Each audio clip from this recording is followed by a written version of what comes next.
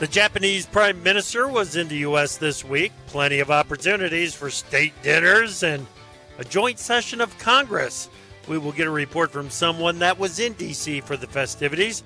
And bird flu, farm bill, inflation. We have a lot to cover in this week's Free-for-All.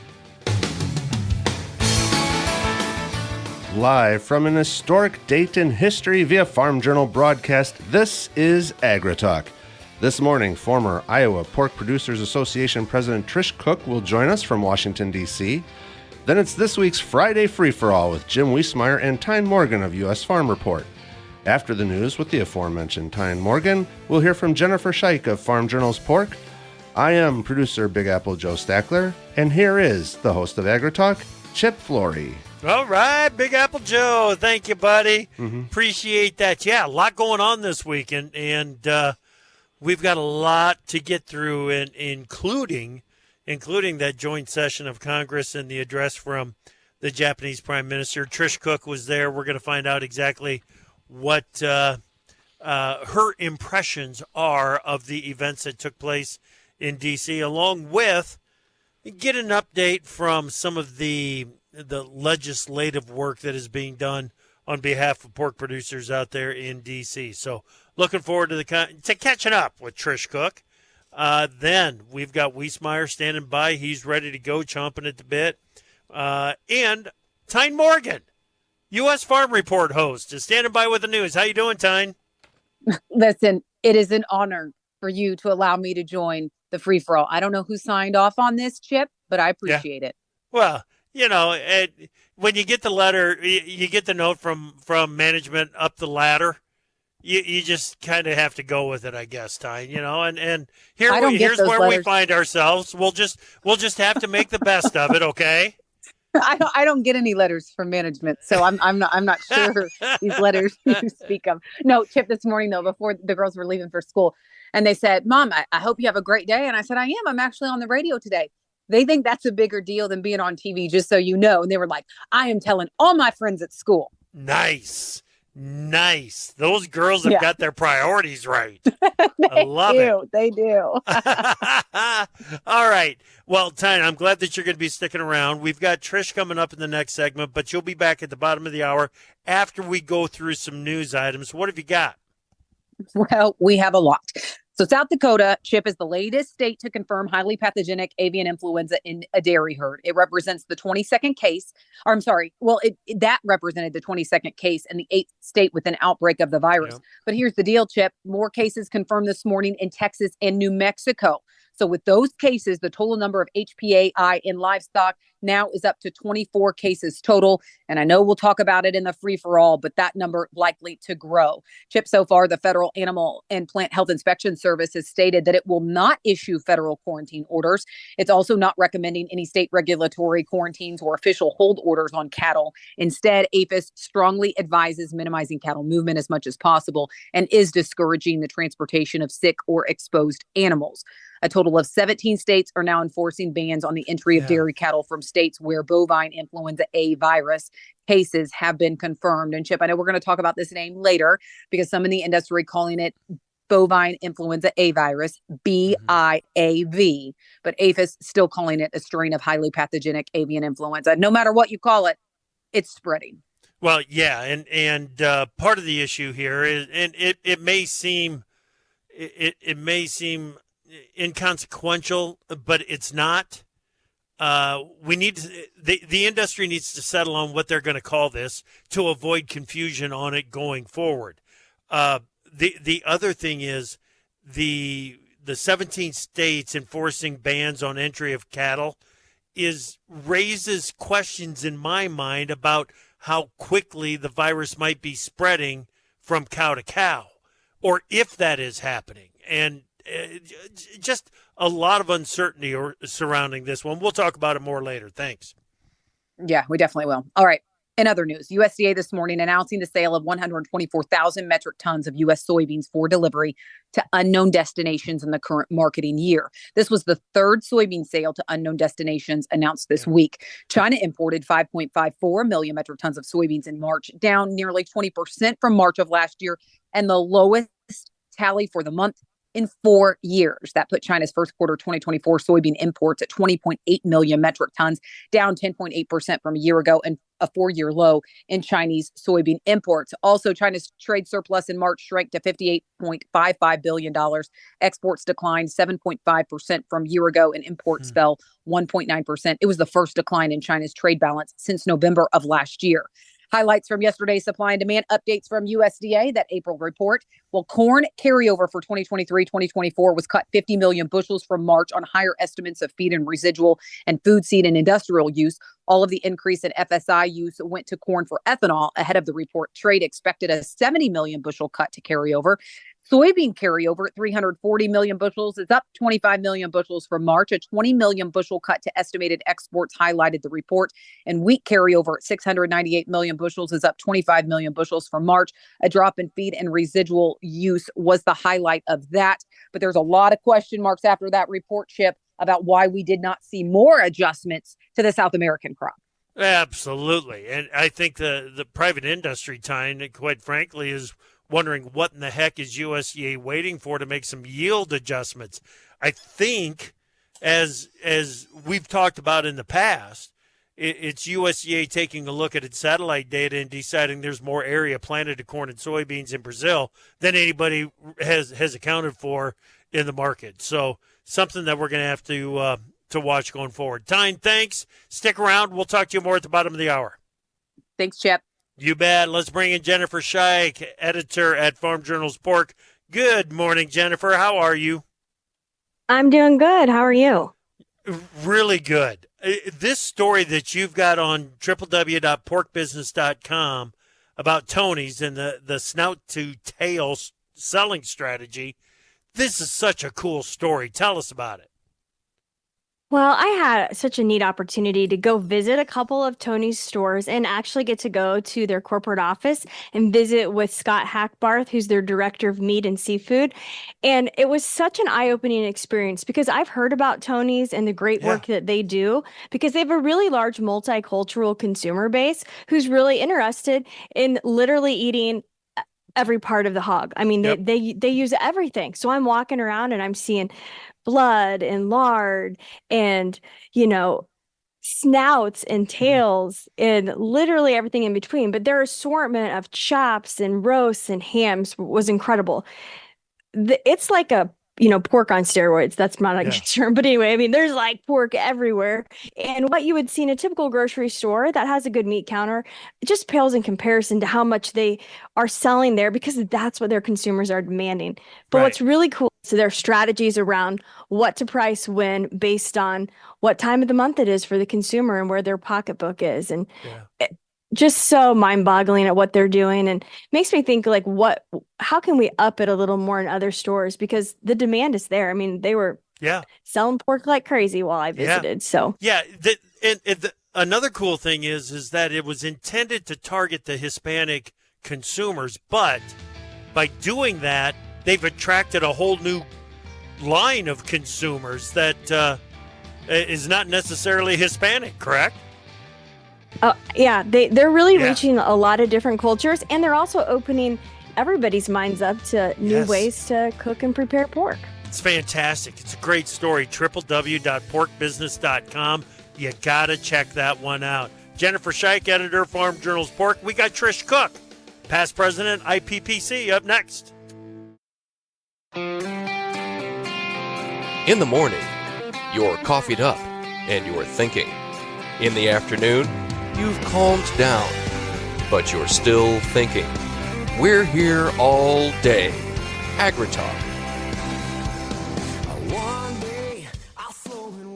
Welcome back to AgriTalk. I'm Chip. Glad you're here. It's Friday. It's Friday. We are going to put off the start of the free-for-all to the bottom of the hour because I want to have a conversation here with Trish Cook. Trish is past president of the Iowa Pork Producers Association.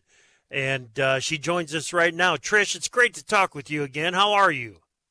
I'm doing great. Good morning. Thank you, Chip, for having me on the show today. You bet. How's things over in Buchanan County? Well, I'm actually still in D.C., but so I'm guessing there's a lot of activity going on in Buchanan County, given that I talked to my husband and things are getting rolling. So yeah, boy, up here, it is. Not only is it that time on the calendar, it's that time out in the field right now too, isn't it? Things are looking pretty fit. Yeah, definitely. It's exciting. Yeah, it certainly is. Okay, so did you get to attend that joint session of Congress yesterday?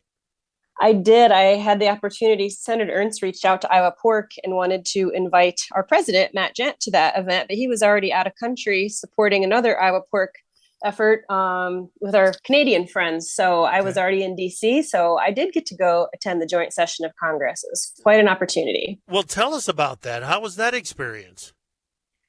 So, yeah, I went to Senator Ernst's office in the Russell building, and we went over together with one of her staff members. She, of course, went to the floor, and she was one of the folks who was able to help escort the prime minister in. And I went up to the gallery with many other folks who just had the opportunity to see and hear the prime minister. And it was very interesting, just as a reminder to your listeners, that pork is really important in the Japanese diet. So Iowa is the number one pork state, of course, and then the U.S. imports over $1 billion of pork to Japan. And the prime minister actually spent 3 years of his childhood in the U.S. He went to elementary school in Queens for 3 years. So his English is really, really good. And he had a really good sense of humor. He said that he kind of misses as a child watching the Flintstones. And he said there's no translation for yabba dabba doo. So yeah, really yabba dabba doo in Japanese is yabba dabba doo. I love it. I love it. Now that relationship, and that's part of the reason that Senator Ernst wanted you to be there, is the relationship between Iowa pork and Japan. You mentioned it's $1 billion business. Did you get it? Was there an opportunity to do a little promotion while you were there?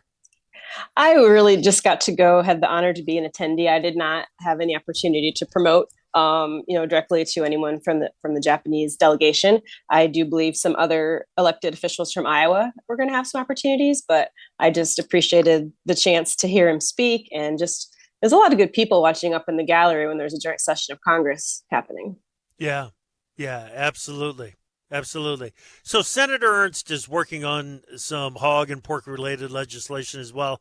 Let's get some updates on that. Start with the expanding agriculture export market exports act, Trish, because when we look at the amount of money that is being spent on market research, market development here in the United States compared to other countries around the world, we're falling behind. We need to get some funding in place to develop some markets, correct? That's correct. There has been in the past farm bill, and what she's asking for this time is to double it. It's efforts through the USDA Foreign Ag Service Program for money for market access programs and foreign market development. So it's been shown that every dollar spent in this area yields $24 in exports and gains. So if we could all do that on our farm, spend $1 and get 24, we would do that without even thinking. So it's for agricultural products. So it's not just pork specific, but agricultural products. So those are dollars that our USDA, like I say, their Foreign Ag Service is able to utilize to help with our markets. Gotcha. Another item, and it's part of the reason that I think we'd all like to see the Farm Bill make some more progress than what it is making, especially on the Senate side of things, Trish. But it's hoped that the Farm Bill will be able to carry a piece of legislation to override, offset, correct California's Prop 12, and does. Part of that would be Senator Ernst and to others EATS Act. What's the what's the outlook on that? Yeah, Senator Ernst and Senator Grassley and all 4 of our House members in Iowa have all been really supportive of the EATS Act, which is ending agricultural trade suppression. But basically, it's a push for a legislative fix to fix Prop 12, which restricts interstate commerce. So on the House side, I think there's a lot of positive vibes going on. Chairman G.T. Thompson is committed to getting it in the House version of the Farm Bill because he just understands how much trouble this is, how much chaos. To quote our Secretary of Ag, Tom Vilsack, he said this is going to create chaos in our marketplace if every state is going to make their own rules. And then how do you even know what's what and how to keep it straight. And it could be just totally chaos. So that is what's going on the House side. The Senate, what I hear, and I'm just an Iowan there listening, is that I believe the Senate is kind of going to wait to see what the House comes up with a farm bill, and then they're going to do their own thoughts of it. And I know it's going to be a bigger struggle in the Senate just because of how, the parties are, the democratically controlled Senate. We're having a hard time finding a Democrat who feels the same way we do about Prop 12 and the restriction of trade. There's some crazy talk about them wanting, or just folks like, well, let's just get some grant money available so people can modify their farms to Prop 12, which is so crazy because to put just verbiage in the Farm Bill is essentially no costs, no grants, no nothing. Right. Just make it so. And I always say in the U.S., what's wonderful about free market economy is that if somebody demands a product, someone will supply a product, and it shouldn't have to be a law. They will come together in equilibrium to figure out what that price is and what the quantities will be. It's a great point. It's a great point, Trish.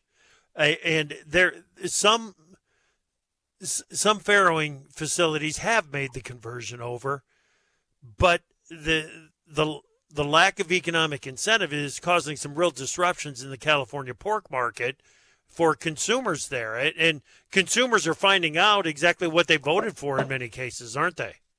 They are. I had the opportunity to go. Iowa Farm Bureau sponsored about 20 Iowa pig farmers in mid-March to go to California and just see how it's going there. What's the effect? We went to just a grocery store, and I picked up a package of Hormel Black Label bacon, a 1-pound package. At that grocery store was $10.98. I went to my hometown in Independence, Iowa, and looked at it. It was $4.98. So on that exact same package of bacon, $11 versus $5. And I know the USDA has come out and said it's about a 20% cost increase. And of course, cut to cut and brand to brand, you'll see different things. But it's really not fair to the consumer there to ask them to pay that much more for something. And again, at the store that day, the butcher said, people ask why is pork more expensive, and they don't even remember Prop 12 or what it's even about. Yeah, they were duped into voting for it. And now you see the push by the animal rights activists that are out there saying, listen, we need to shore up our efforts against proposed legislation like the EATS Act to keep these, the rules and regs on farrowing in place. So it's just proof. It's proof that it's got nothing to do with the the welfare of the animal. It's got everything to do with ending animal agriculture, right? That's 100% accurate. The animal activist groups spent about $100 million on that ballot initiative in California to get it through. And it's all about the eradication of animal agriculture. It's all about a meat-free society. So if you look through the smoke and mirrors, that's what it boils down to. Yep, that is exactly right. Going to switch gears on you here real quick. Biosecurity, animal health issues, it's always a top priority for the pork industry. But boy, it's kind of bubbling up to the surface again with the presence of the H5N1 in some dairies across the country. It's time to double down on biosecurity for hog producers, isn't it? Yeah, there's never a time to take a break from biosecurity because you're only as strong as your weakest biosecurity measure. And so, again, as we're here this week, farmers are storming the hill, as they say, pig farmers talking to our members about what we want in the Farm Bill. And a big part of that is about foreign animal disease funding for the National Animal Health Lab Network, the National Disease Preparedness and Response Program, the National Vet Stockpile. So those things that just to have us be as ready as we can in the event of foreign animal disease, such as African swine fever, comes to the U.S. Yeah. Yep. We do everything that we can to prevent that from happening. Tough times for hog producers right now. Margins are improving, especially for the summer months here, Trish. Brighter times ahead? I sure hope so. We've had 18 months of record losses. And so every day is a fresh start, and we always just hope for optimism in our industry. Love that. Every day is a fresh start, especially when there's bacon on the plate, right? That's right. It makes it better. Love it. Trish, you're a real asset. Thank you so much. I appreciate you. Thanks, Chip. I appreciate it.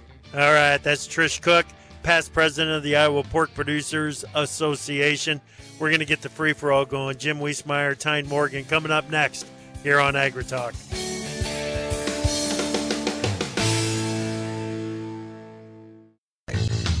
Time for Markets Now with the experts from Pro Farmer. Joining us now, Pro Farmer editor Brian Grady. Beej, we're trading off the highs, but we've still got some gains in the grain markets. What's going on? Yeah, we hit a patch of short covering here about an hour or so ago, and probably not too surprising. I guess the funds are pretty heavily short across the grain and soy markets, and just a very muted and negative reaction to yesterday's report data. So it's not that's triggering this by any means. It's broader based because when we look across the outside markets, crude oil is more than $2 higher, gold is surging. Silver is surging. The commodity index as a whole is up sharply, and that's really fueling the short covering interest in the grain and soy markets this morning. Of note, it's happening in the face of strong gains in the U.S. dollar, which is up more than 700 points here. Yeah, it's a pretty amazing day that we've got going in here. Just looking across all the commodities, it has not translated into strength in the livestock trade, though. No, not at all. We're facing fairly heavy pressure across the complex with live cattle, feeder cattle, and hogs all under pressure. So probably the one thing of note here is that April lean hog futures expire today, so they'll go off at noon Central Time, and then the May contract takes over as the lead month, and big premiums in those deferred contracts to the cash index. Now, the cash index continues to rise seasonally, but traders are taking this opportunity to bank some profits, and we've seen a pullback after the recent string of contract highs. On the cattle side of things, they're leaning on some support, so it's pretty critical how they finish up today. Have a great weekend, Brian. Thank you, buddy. That is Pro Farmer editor Brian Grady on Markets Now.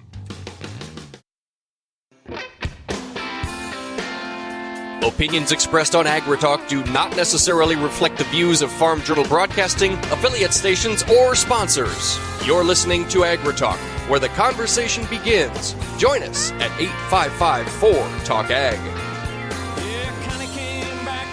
Let's get this free-for-all going. Welcome back to AgriTalk. I'm Chip. Let's bring back U.S. Farm Report host Tyne Morgan. Tyne. Hello, Chip.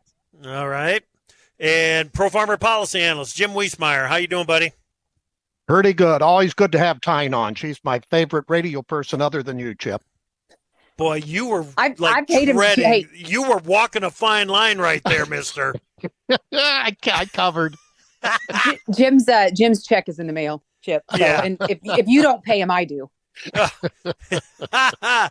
Yeah. No, we definitely, there is a cost involved with having Wiesemeyer on. There's no question about that.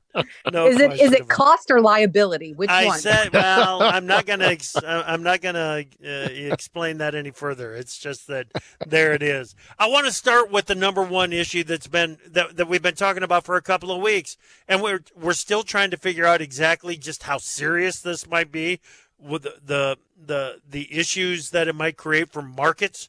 But the H5N1 presence in some dairy herds. Tyne, you had more details on it this morning. We're up to 24 herds. We add South Dakota to the list of states. And we still can't get agreement on exactly what this virus should be called in the dairy herds. Tyne, explain. Yeah. So from the way we understand it, the American Association of Bovine Practitioners, they were tasked with coming up with a new name for this virus. Chip, the reason being this virus has mutated so much, they felt like the strain of highly pathogenic avian influenza, what they were calling it, that it no longer fit. They needed to come up with a name for this strain that's impacting dairy cattle. And so they did just that. In fact, Sunday night, we received a release from AABP saying that the new name was going to be bovine influenza A virus. Okay. So we got this news Monday morning. Jim reported it as well. I know you've talked about it. And Yep. Chip, I immediately reached out to APHIS that day and said, I just want to confirm that APHIS is adopting this name and that this is what the industry is going to call it, because that's what the release made it sound like was going to happen. Right. APHIS still won't answer. They still will not give us a yes or a no. I've followed up a couple times. And so what it tells me is there is not an agreement on what we're going to call this. But the thing is, they talk about how it's mutating so much that that's why they had to come up with a new name. And, I know Jim has talked about it. The more you test, the more cases we're going to confirm. So this is just the start. We're going, we had two, I think it was 2 cases in New Mexico, another case in Texas. I mean, that's going to grow. But what I find interesting, Jim, is the fact of how many days it is taking to get these results confirmed. So the way I understand it is once a vet sends in a sample, okay, they send it to a state lab. And the way I understand it is these state labs are not allowed to call it a positive. They have to call it a non-negative. And then they send it on to the national lab, and the national lab is the only one that can confirm that it is a positive case. So they can't even say positive. They have to say non-negative, send it all up the chain. And the way I understand it, Jim, is it takes about 5 days for that process to happen. Yeah. Yeah. And this is why it takes APHIS so long to update their site online of the numbers that are in the press usually before it's reflected in the APHIS update of these cases. Yeah. State agencies are way out in front of the USDA's head shop on these announcements. Yeah. That was the case in Idaho. That was the case in South Dakota this morning, Michigan. And the state people seem to be very, very much on top of this situation. Tyne, even though we've got some confusion over exactly what this is going to be called, I don't think we should lose track of the fact that this is being tracked very, very well. At least it seems to be, and that all the biosecurity measures that are needed are being taken. Absolutely. But I mean, I will ask Jim, do you believe there are only 24 cases right now? No. Exactly. No. So, I mean, that's the thing is we really don't know. And a lot of people keep comparing it to COVID as in, in the beginning it's slow, but as you test more, of course, you're going to get more confirmation. And the good news is with dairy herds, what I'm hearing is it's still, once it's an infected herd, it impacts about 10% of the herd. Milk production drops for about 20%. And then after 21 days, it gets back to near normal. We're hearing of some culled animals, but it's not culled animals because they have to. I think it's just, maybe some older cows anyway. And so they're going ahead and culling those animals because of cool prices right now, Chip. Yeah. So I think you have to keep that in mind too. But for dairy, it is not having as big of an impact as it's having on these, on these flocks, on these poultry flocks. And we know that. But they have confirmed, we've talked about it. I know you've talked about it on AgriTalk. It is moving cow to cow. And so one theory, and we don't have any confirmation on this, but one theory is it is moving so rapidly via the milking equipment. Yeah. Because if you're only cleaning that, before you don't know that it's, that you have a case, and you're only cleaning that milking equipment at the end of the day or twice a day or whatever that is. If you're moving that milk equipment from cow to cow, then that's maybe how it's spreading. No confirmation of that. We're asking all of these questions. Right. And the other question we have is how much has this mutated and how different is it from that highly pathogenic avian influenza strain that we knew took such a toll on the poultry flock. I mean, I'm hearing it's more contagious, but again, it's kind of hard to get confirmation on any of this right now, Chip. And that's a key because the mutation, if it gets wild out there, then it can spread. And I don't know which way it'll go, but you got to watch that mutation angle. Oh yeah, absolutely. It's going to change. There's no questions. I don't think there's any question about that. And we're just kind of trying to keep up with what the consequences of that might be as we go forward. And source, they have got to pin down exactly how this virus is getting into these herds, because they talk about, wild birds being out on holding ponds, the manure holding ponds at these dairies. Well, the cows don't have access to that. So how exactly would it be getting there? They've got to look at the feed. They've got to look at everything, trying to figure out exactly what the source of this virus into these dairy herds is. So, And Well, Chip, hopefully whenever we they'll be get the doing that. funding for the House Farm Bill that's coming out by, sometime in May, they will include a chunk of change for biosecurity. So I think that'll be needed. Okay. Jim, All right. have you heard? I mean, when we think back to PEDV, okay, and when that first started, it was a private company that then helped come out with a vaccination for Yeah. that. So, are they allowing private companies to have access to this strain in order to create a vaccine? Because not only are we talking about how it's spreading, but also a solution here. And I'm hearing that they're not allowing these private companies to have access to it. Again, it's hard to get details from anyone, but it was the private companies that helped come up with that vaccine. And it seems like right now we need all hands on deck. Yeah, well, I know in the case of the bird flu, the original bird flu, there are vaccines that are available once allowed, but that's a sensitive issue as well because it gets of you into the trade. trade policy Yeah. area. A number of countries would not import from us for whatever reason. So Right. yeah, and Vilsack has said in the past, if this continues, they'll require a vaccine. So I think we need a statement from him on this issue as well. Yep. Speaking of Vilsack, we're going to change gears here, guys. He was on CNBC this morning talking about food inflation, and I don't think he made any news. He defended farmers' case, I thought, adequately in the conversation, and said, corrected some statements about commodity prices being high and stuff like that. Some commodity prices are high, grain prices are not, and but food inflation is a real thing, and affordability in general, Jim, is a real thing. And it's going to sticky around with us. And what they should have asked him, Chip, is a USDA report that came out this week that said military food insecurity is double the civilian rate. That just over 25% of our military personnel have experienced food insecurity. That's more than double the rate of the civilian population that stands at 10% or a little over 10%. There's your equity issue, Mr. Secretary. Help our military. How do we allow that to happen? It's a shame. It's a shame. Is. And now we have a USDA report. I want to see how they dance around this one. Well, yeah, there you go. And the other one, when I hear things about military veterans and so on, I always think about U.S. Senator Joni Ernst from Iowa. She's very,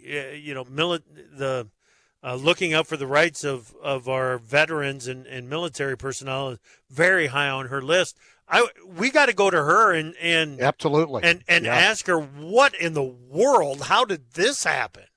Yeah. These are the issues that I think with USDA's too much focus. You got to always worry about some equity issues, but they have a mindset toward the equity issues. But here, I think they've taken their eyes off the ball, and it's a shame of this military food insecurity being the double the civilian rate. So. Come on, USDA. Yep, no doubt. All right. Hey, we got to take a break. We are in the middle of the free-for-all with Pro Farmer Policy Analyst Jim Wiesemeyer and U.S. Farm Report host Tyne Morgan. We had USDA reports this week, and we lost some USDA reports this week. We'll find out some of the details there, talk about some of the potential consequences, and then the Farm Bill. What's the latest? What's the status update? Could we see some progress in the House, force some action in the Senate? We'll discuss that next here on AgriTalk.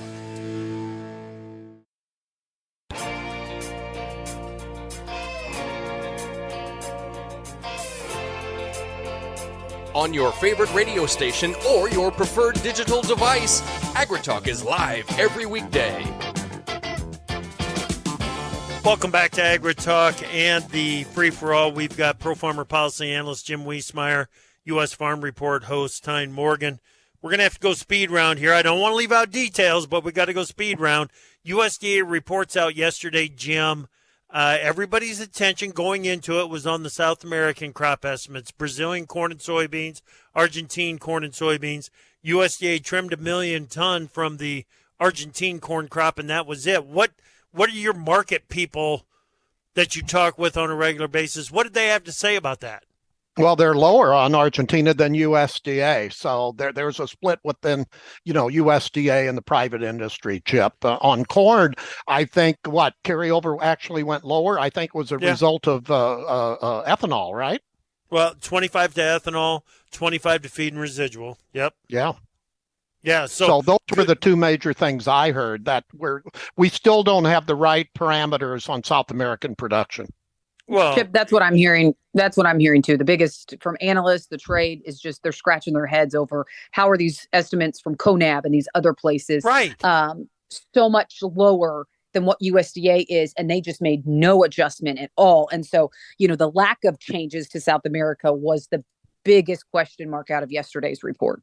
Yeah, the spread from CONAB to USDA is abnormally wide at this time of the year. So either USDA knows something, that is acreage, or USDA's off base and needs to pay closer attention to what people on the ground there in Brazil are seeing from CONAB. And, it's even the U.S. Ag Attaché in Brazil has lower numbers than what USDA does in the balance sheet. So our USDA started from a higher base, Chip.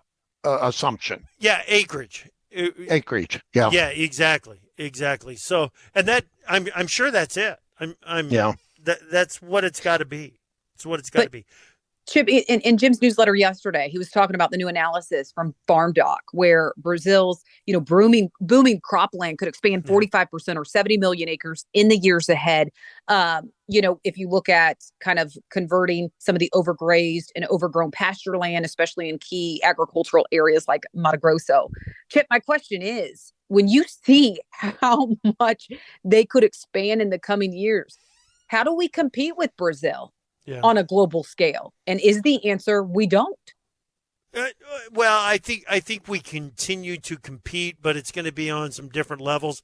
One of the things that kind of surprises me from time to time is when I'm talking with people from the United Soybean Board, and they talk about how proud producers of aquaculture, fish growers, for example, in Asia, how proud they are to put the label produced with sustainable U.S. soy on a package of fish coming from their farm.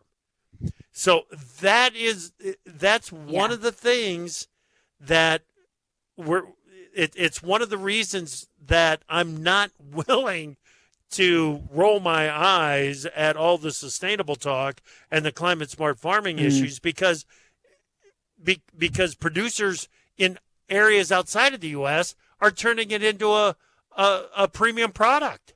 Yeah, what you just said is rebranding. We need to rebrand. Yeah. Yes. We need to rebrand and we need to, between Brazil and then the issues with China. I mean, it's proof we need to rebrand and like they continue to do and domesticate our soybean market. I mean, we also need a better trade policy. Look at this week, Chip. Brazil said they were going to maintain tariffs on U.S. ethanol imports despite complaints from the Biden administration. But one option that Brazil wants is to reduce tariffs in exchange for an increase in the domestic U.S. blending mandate on the US RFS. They have us like patsies, it's our trade policy. Well, and it's just the general relations with China that's breaking down that trade policy with China, isn't it? Oh, absolutely. You saw Vilsack. I thought one of the big stories this week was the Bloomberg interview in which he linked some of the downturn in our exports to China as a result of retaliation on their part of what some of our states, Arkansas and other states, are doing relative to prohibiting Chinese purchases of farmland. Yeah. And add Iowa to that list this week, right? Yes. Iowa passed a law this week. It increases surveillance of the transactions in ownership. Doesn't prevent any ownership. It puts caps on it, and monitoring is going to be prioritized on that going forward. Jim, Farm Bill update. What's the situation? Well, we're going to get, based on all the reports, so we're finally going to get the chairman's mark language, if you will, sometime in May. And the House Ag Committee, G.T. Thompson, chairman, wants to have a markup by Memorial Day. The key issues, Chip, is the Democrats are all aflutter. They're disagreeing amongst themselves on some of the ways that the Republicans have come up to find, I guess, another $40 to $50 billion beyond the $1.51 trillion 10-year baseline. That's going to eventually be a problem, because I don't know whether a farm bill can get through the House floor, because we're finally starting to talk about our debt, which is growing $1 trillion every 100 days. And when you add 40 to 50 billion additional dollars to the farm bill, some true conservative Republicans are going to say, wait a minute. Yeah, that's right. Chip. And yeah, go ahead, Tyne. It's also key to note that even if we see this in May, some had said maybe mid-April. Now, Jim is saying May, and he has great sources on that. But the quickest that a farm bill has ever been passed, from the time it's introduced out of committee to the time the president signs it, is 9 months. That's the quickest it's ever happened. And you look at the environment in Washington right now, as Jim says, nothing quick happens in Washington. We are asking our ag economists on our monthly monitor, we are asking them for an update. When do you think we'll see a farm bill passed? And just in private conversations with some of these economists, they think now after 2025. Right. After 2025. After. And based on the response that we got from Senator Chuck Grassley on the show on Monday, he is not very optimistic about Senate making progress on the farm bill anytime soon. Don't hold your breath. Yep, that's right. You guys are great. Thank you so much. Pro Farmer Policy Analyst Jim Wiesemeyer, U.S. Farm Report host Tyne Morgan. Come back this afternoon. We're going to have a conversation with Chris Robinson Ag Marketing here on AgriTalk.